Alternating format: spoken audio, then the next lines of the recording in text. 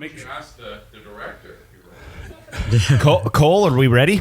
Cole's our TCU director. Yeah. He's the DOD, director of the day. Okay. We are good. Good? We're rolling.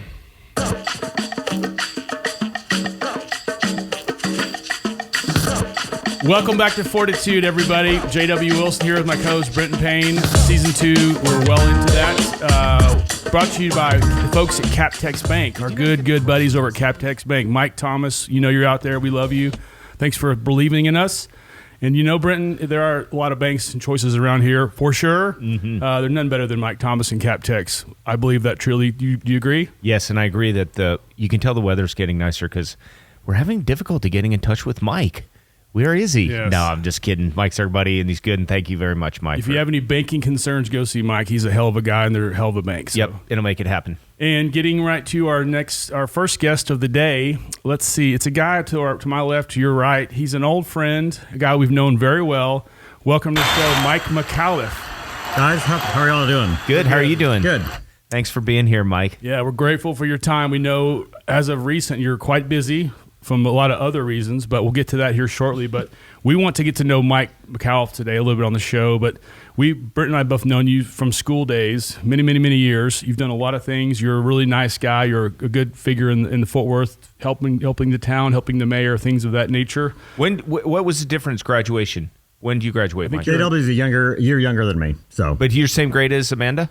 Yes. Yep. Your sister Amanda was a former guest on our show. Awesome woman, very successful, and some really cool stuff. Friend of ours. But so you're the second Micallef on the show, so that's kind of cool. And I'm going to ask you what I asked her. How did you get the picture at Szechuan on Camp Bowie with your dad in that safari? And where was she at the time? Why did she get it? So, a long time ago, Herman Liu, who was the original owner of Szechuan, I think he was a waiter at a Chinese restaurant that's there on Hewlin and Bel Air before like the Tom Thumb. Right. I think there was previous to this, there was another shopping center. Hunan? It wouldn't be called Hunan's, would it? It might have been. Where there might have been a bowl that they served to underage kids in high school? I'm not sure. I don't know why you're looking at me like that. I can't speak to that. Okay. But Herman was a chef. I mean, Herman was a waiter there. My dad ended up giving him a loan to start Szechuan, you know. I think he paid us back in like 6 months. Long-time family friend. So I don't know how that picture ended up on the wall, but it certainly ended up there. It's a great picture. It is. I was 11, and I think, more than anything, going to Africa when you're 11, going to South Africa, going to Botswana, seeing it then. I've been back subsequent to then. Yeah. And, it's changed. Yeah. You flew into Mound at that time, and literally the immigration was a cement room that was maybe 10 by 10. Oh, yeah. Now they actually, if you fly into Mound, there's like a small terminal there, right? And, there's gates and, 737s and stuff like that flying in there. So you can kind of see how Africa is changing. Mm-hmm. And I think we all kind of realize that, but to see it firsthand is really, really special. Yeah. Well, it's a great picture. And a fun part of our lives as well. But you are the president of Reata Restaurant, also Sierra La Rana. Yep. And this Clear Fork Ranch. Could you tell us, we know what Reata is, and we'll discuss that, but what is Sierra La Rana? Well, I think what this really says is my dad's an entrepreneur, which means he's thinking up more ideas and he has money. So maybe we need to go see Mike Thomas over at Captex. He's going to be able to help us. Look at that guest. I mean, that is what... Wait. That's a professional. We need more applause. Thank you, Mike. And we can start, my dad moved his business from JMac, which we're going to talk about a little bit. He moved it from Detroit, Michigan to Texas in 1975, so just before I was born. Is he from there? Your dad's from up there? He is, yeah. And JMac before it was called JMac, it was called Detroit Silicone, had gone bankrupt. These gentlemen out of Chicago that were buying parts from it bought the bankrupt company, brought my dad in to run it until they found a real manager because he was only 24 at the time. Ended up really liking him, and eventually they created kind of a holding company and made him a partner, and they set it up to where the partners could buy out the other partners when they passed away. So that's kind of how my dad ended up with JMac. Yeah. But how he came to Texas was they were shutting down Fort Walters. Now, Fort Walters is the old helicopter base in Mineral Wells. Mm-hmm. So they were shutting it down in early 70s. Right. And when the government does that, they realize they don't want to totally destroy the economy of a town. So there's some incentives. for other businesses to come in. So he'd come down from Michigan, looked at mineral wells. My dad's story is, and he's a great storyteller, is he was at the Dairy Queen in Weatherford. He was talking to the guy behind him in line and the guy said, well, what are you doing? And he told him the story and he said, well, why don't you think about coming to Weatherford? So my dad started talking to him. So they started a little industrial park out there in Weatherford. Nice. Power Services is right in front of us. Oh, yeah.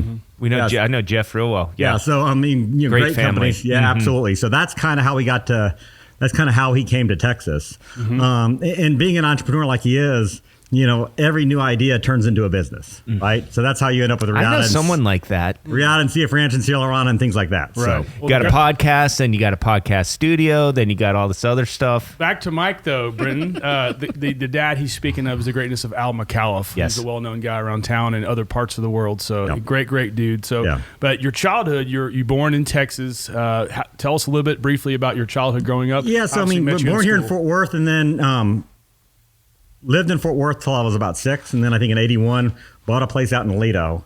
And you tell that to people now, and you have to realize that when we moved out to Aledo, there wasn't really a convenience store. There was no grocery store. There was no place to eat. Yeah. The football team at Aledo wasn't good. Right. That's how long ago it was. Yep. I think our closest real restaurant was Margie's.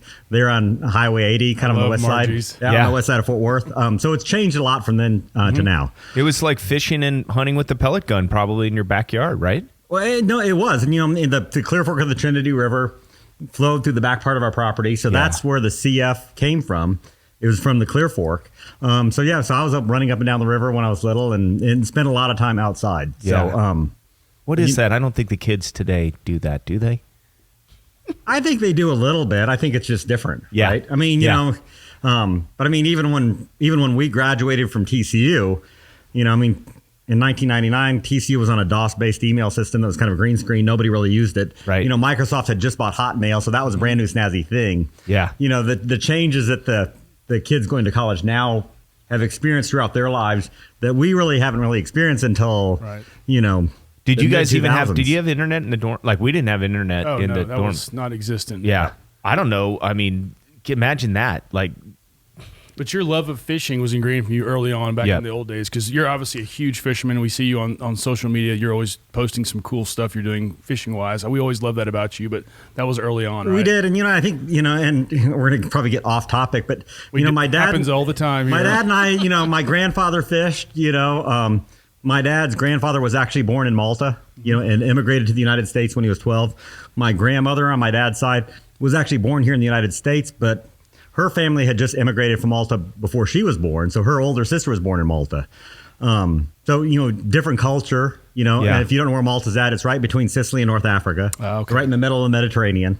Lots of great history about Malta. And if you go back to the Knights of Malta and even in World War II, I think it was the most bombed place ever because Wow. Germany never invaded it. So it was a base right in the middle of the Mediterranean. Yeah. So when they were in North Africa, strategically it was really important, for the British and for the Allies. but fishing. Fishing, absolutely. Loved fishing. We loved hunting. We had a lease out by Lake Weatherford when I was little, but it was something that we always did. And I think it's something that we experienced at the time that I don't know that kids see as much today. We spent a lot more time with our parents. Yeah. And now what I see is with a lot of my friends, all their kids are in club sports. Yeah. And nothing that there's wrong with club sports, but it looks to me like the parents now become chauffeurs driving their kids to and from practice. Yes. Or to and from games or things like that, and their vacations are now involved around club sports. Where for me and my dad, a lot of our vacations were all centered around hunting and fishing Yep. trips, and we spent a ton of time together. And hopefully, if I have a family someday, I want to do the same thing. Yeah. So you grew up and you ended up at Trinity Valley where Britt and I met Yep. you originally, and you went through there. What happened after Trinity Valley? Actually, I finished at All Saints. All And Saints. it was one of these things that, I think I had a tough time in school till I was like a sophomore in high school. And then, I finished on National Honor Society. And, and I Yeah. think, we all have kids or What's something that? like Well, but Yeah. we all struggle, but I don't know what changed at whatever time, but whatever it is, Yeah.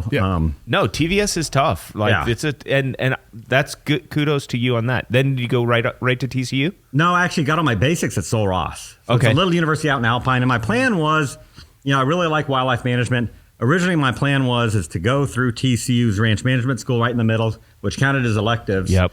And then finish maybe with a degree in wildlife management from Texas Tech. So I was just with the state legislator this past weekend who mentioned that university or that school, Sul Ross, that the numbers have declined through UTSA, but A&M is they're looking at a way where A&M is going to take that over and put their whole range program or something like that in there. There's something afoot with that school. I've heard a lot of different things. Yeah. And it has struggled a little bit. And for a long time, I think it was originally built to be a university to educate teachers. It first opened in like 1916. Yeah. And one of the things about Alpine is it is cooler than the rest of the state in the summertime because you're at an elevation of 4,500 feet. So like during summertime, a lot of people working on their masters or something like that would have programs out there. I think that's become less important. I think the thing that they've seen certainly recently is the oil and gas industry, and as good as it's been and as starving for labor as it's been, some of these kids from small West Texas towns, it's like, well, should I go to school or should I go make $50 an hour on the oil and gas? Yeah. And they're saying, well, I might go to school someday, but right now I'm going to make money while I can. Sure. Right. So was the restaurant in Alpine when you were out there at school, or when did that, like, give us that chronology of... It was. So, I mean, Okay. so we bought the ranch in 1991 in Okay. Alpine, bought a second ranch south of Alpine, started the restaurant in March of 1995. Okay. And then I was out there and then started at TCU through the ranch management school in 96. Okay. So and it's only a certificate program at the time. So it was a year-long program. Throughout going to the ranch management school, I realized how important business was. So I ended up just staying at TCU and getting my business degree with a emphasis in finance. Would you go back there in the summers and work at the restaurant? Was that like the deal or no?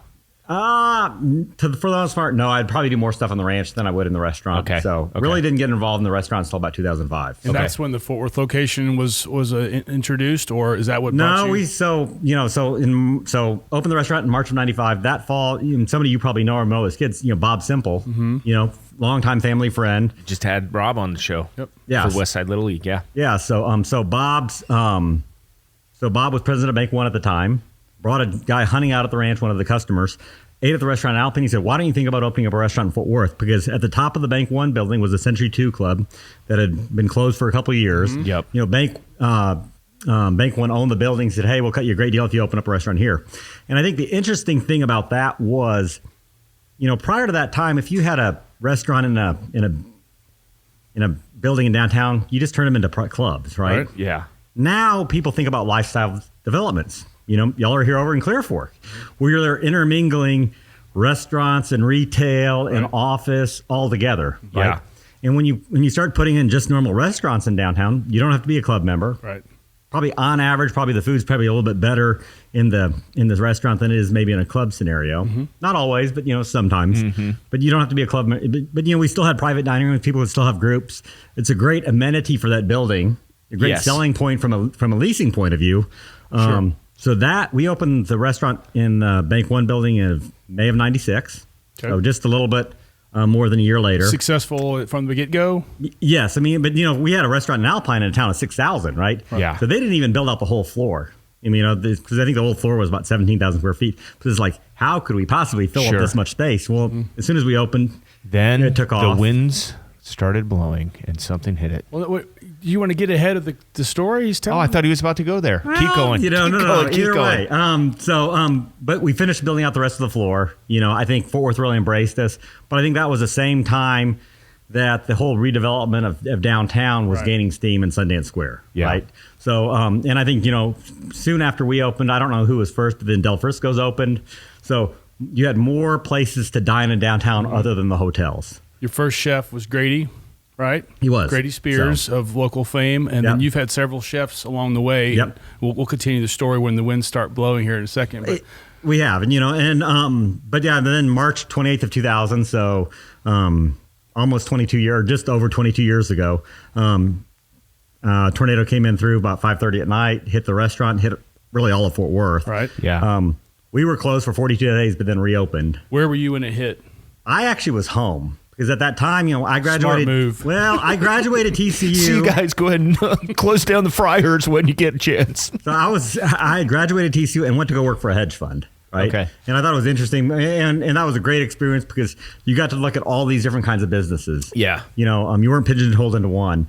And I looked at the radar on my computer and I either thought, well, I could either go home or I can walk over to Reata and get something to eat. I just don't want the car to get hailed on. Yeah. I decided to go home. Yeah.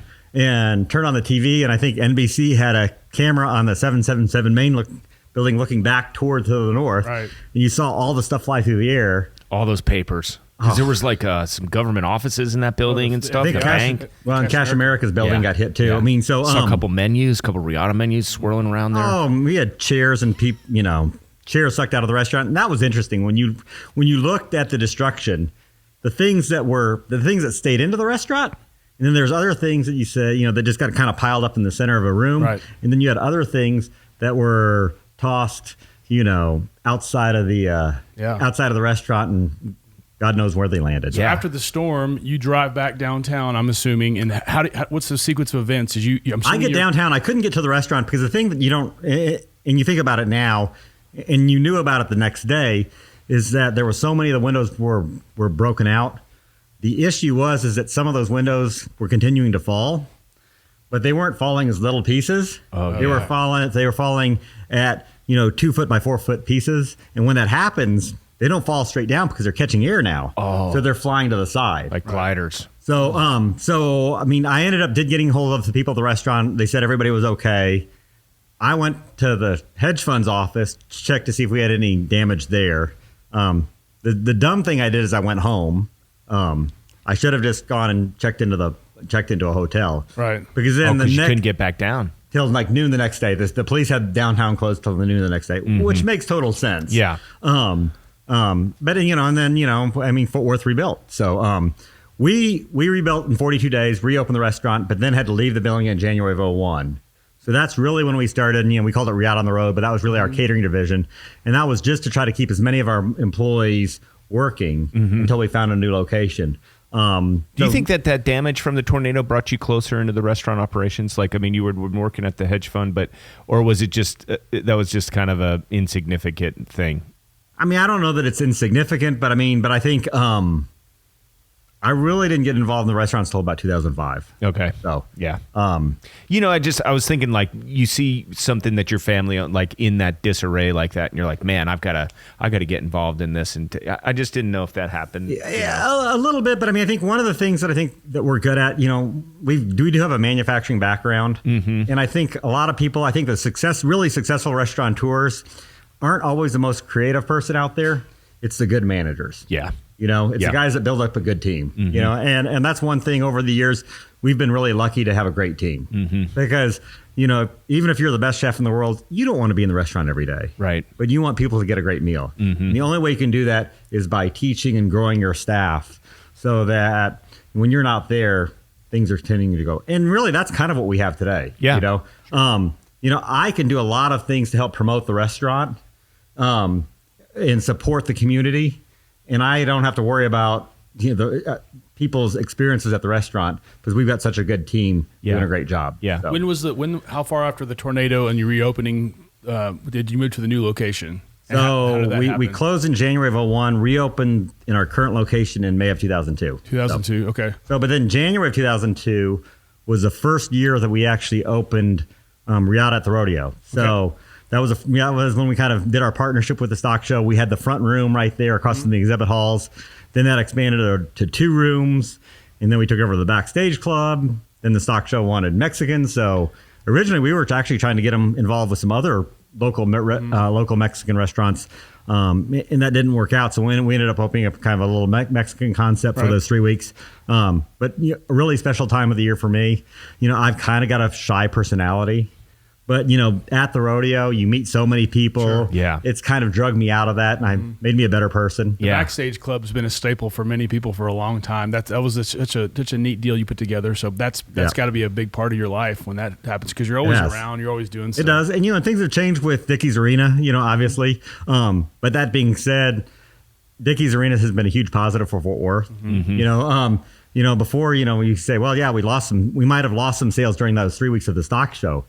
But all these other concerts that Dickey's is bringing to Fort Worth, they tend to be pretty early concerts, which brings that our restaurant's filling up at 5:30 at night, Yep. which is Yeah. not normal. Yeah. So we get a whole early turn that we wouldn't normally get. Yeah. And we're not the only ones. I mean, good friends Adam Jones over at Grace. You talk to him. He just got engaged. I saw. I think he's just getting married. Or just got Wait, married. doesn't he have a new restaurant too? Coming out? An Italian restaurant opening up right across from Burnett. Yeah. And all of Plaza. these restaurants do take banking. And let's not forget about our sponsor, CapTex Bank. It's just our little mid-show shout out there. And locally owned as well. And so on the local front, you've been a real champion. Like we had Bonnell on the phone or on the show. And I think between the two of you guys, you're like the go-to for the restaurateurs. I mean, I would think that I can't believe there's not a more formal organization that's been like put together. But I think of you two as really fighting for the local guy and keeping the forefront of the kind of restaurant scene here. Is that true? It is, but I mean, I think we did start the Fort Worth Food and Wine Festival. Okay. That's going on right now. Yeah. Yeah. So, I mean, last night was tacos and tequila. Tonight you've got the main event and night bites. Yeah. Saturday you've got the Culinary Corral and Burgers, Brews, and Blues. Sunday you got Ring of Fire. That was something that I helped start with Russell Kirkpatrick, our manager, but then a whole other group of restaurateurs here in Fort Worth, including Richard King, who's you're really good friends with, Yeah. John Bunnell. What we all realized is a lot of us would go out to the Buffalo Gap Food and Wine Festival. And if you guys don't know where Buffalo Gap is, it's about 30 miles south of Abilene, I got some beef jerky from out there or some prime.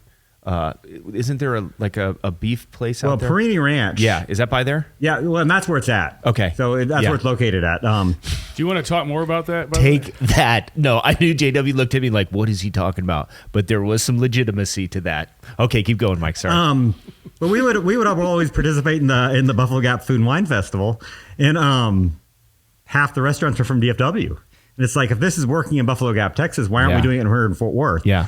And there are a lot of food and wine festivals that are started and created by a promoter, right? And the promoter's in there to make money, right? Mm-hmm. We started the Fort Worth Food and Wine Festival not to make money, but it's really to put a spotlight on Fort Worth. Right. Yeah. And I think by doing that, that has even brought the whole restaurant community closer together. How many people show up for the Food and Wine Festival?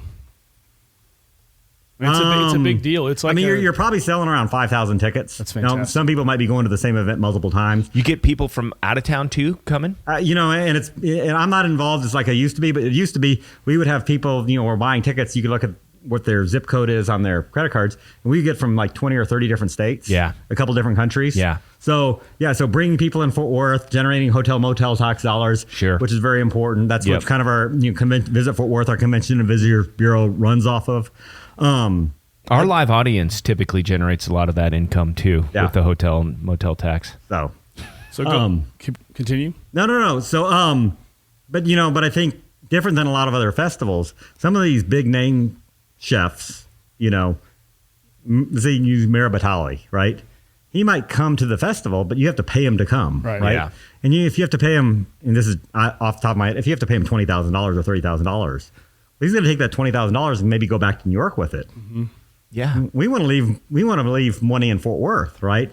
So we've not gone that route. Really focused on promoting our Fort Worth restaurants and bars and different products. You're really good at it, Mike, and people respect you for that. That's one of the cool things that you put together. Yeah. So great job. Speaking of chefs, can you run us through, besides your original, some of the chefs that you've employed over the years that have gone on to do some big things? I mean, obviously, Tim Love's done great things, Yep. and everything that he's done, he's worked for us. Brian Olenjack has gone on. Juan Rodriguez, Magdalena's, Yep. still a good friend.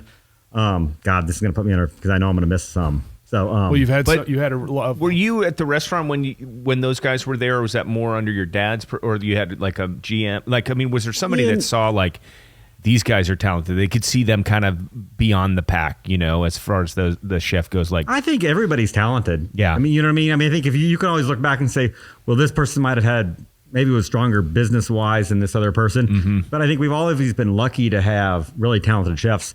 But for us, I think that it's more important to promote the Reata brand, Mm-hmm. where a lot of these chefs, they want to build equity in their name. Yeah. Right. So at some point, they might want to go off and do their own thing, and that's okay. Yeah. They did a great job for us while they were here.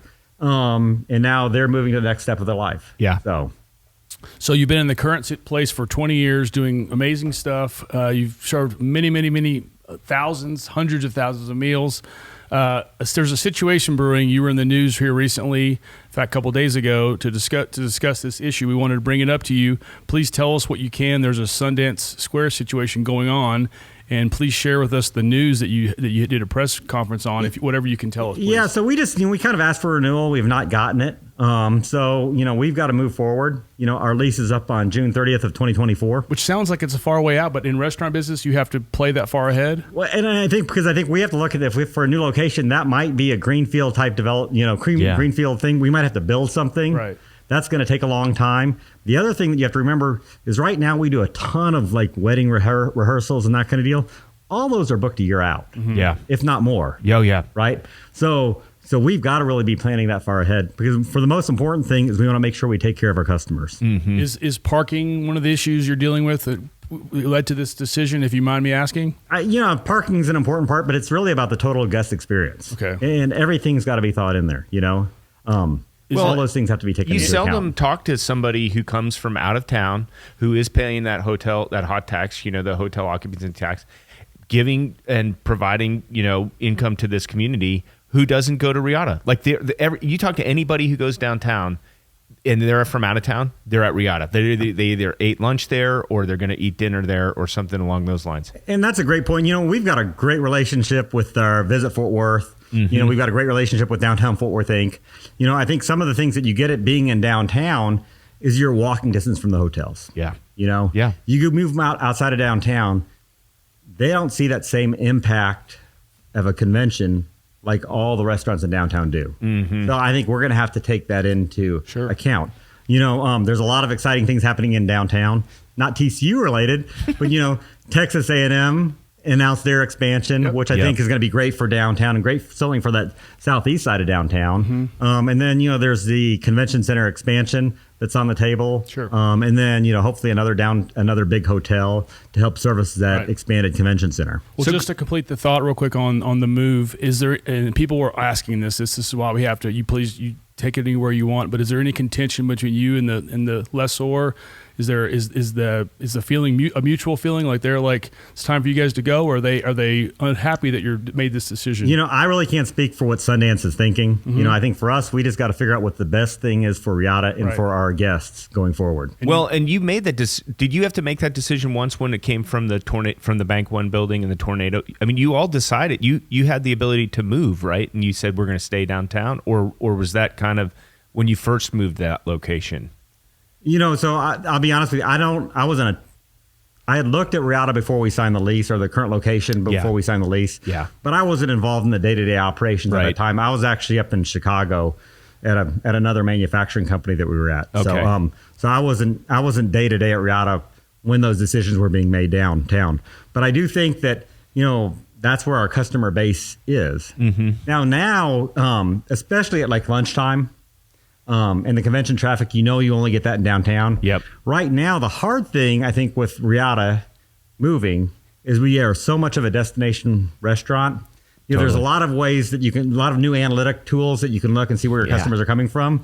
And you can say, we have a lot of customers that are coming from Southwest Fort Worth and that kind of deal. But then we have a lot of customers that are coming from Dallas, Grapevine, Arlington, Mansfield, Weatherford, Toledo. So it's not like, it makes sense for this, or some of those, and I'm not in the real estate business, but the 1 mile circle and the 3 mile circle and the 5 mile circle, we probably have a lot more customers coming from outside of 5 miles than we do inside 5 miles. Yeah. So one of the cool things you did on social media is you asked the general public, Fort Worth people or people in general, for ideas on the new restaurant location and where that might be.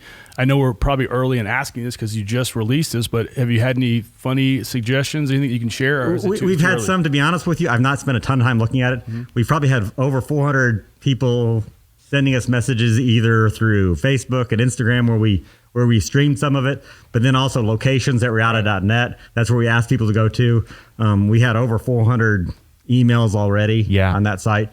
And everybody giving her ideas. But I mean, some people are very specific on what they want. Mm-hmm. They want beautiful outdoor patios with a sunset deck that's overlooking the side. I mean, Perfect. It's going to be hard to hit every one of these metrics for this person, but we do have some plans, some architecture plans we'd like to share with you now. If that's great. okay. So Mike. absolutely. So If you see an idea in your list, it's the space next door to us and on the same floor. Yeah. Pay careful attention to that one. That's a good one. yeah, So you got a rooftop for me? we'll figure that one out. Yeah. So Maybe later. But speaking of the traffic, we talked about the traffic earlier and some of the issues with the traffic downtown and the valet parking is an issue. But something happened to you a few years ago that I was very privy to because I saw you the few days after. But tell us about the day you were hit by a car. Yeah, so it was October 16th of 2016. I was walking on Throckmorton Street, and I was with three of my other people that I work with, and we were doing like we should do. We were waiting for the little walk signal, right? And we were all standing there in the corner waiting, and a car was going the wrong way on Throckmorton Street. What day of the week was this? Do you remember?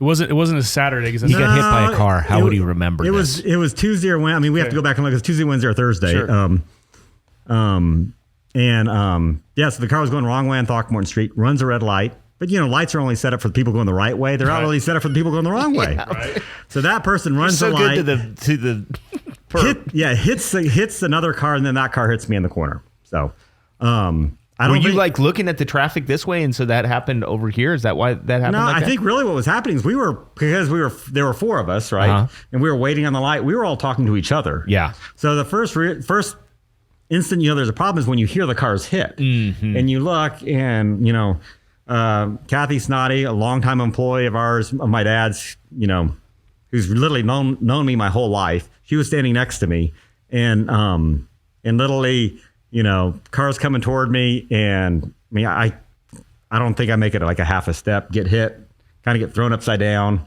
I think my head maybe breaks the window at the Fort Worth Club. No kidding. We're sharing the video as we speak, so they're going to see what you're talking about. And then I land between the car and the Fort Worth Club building. So, and then, Y'all bloodied? yeah. So a little bloody. They said I never went unconscious. That's good. To be honest with you, the first thing that I remember after it was, our general manager Russell was sitting over me, and I looked at him. I said, "Hey, I'm trying to get up, but my arm doesn't really work." And he was like, "Don't move." Yeah. But I think he did a great job. And then obviously, Fort Worth Fire Department gets there. They take care of me. I think I remember sitting up in the ambulance, go to Harris. Initially I had a brain bleed, so that was the thing that they were most worried about. So I was getting a CT scan every 6 hours, and then had a piece broken off my humerus on my shoulder, and then a crushed vertebrae in my back. But in reality, really, really lucky. Yeah. The brain bleed stopped without having to do anything, so that was good.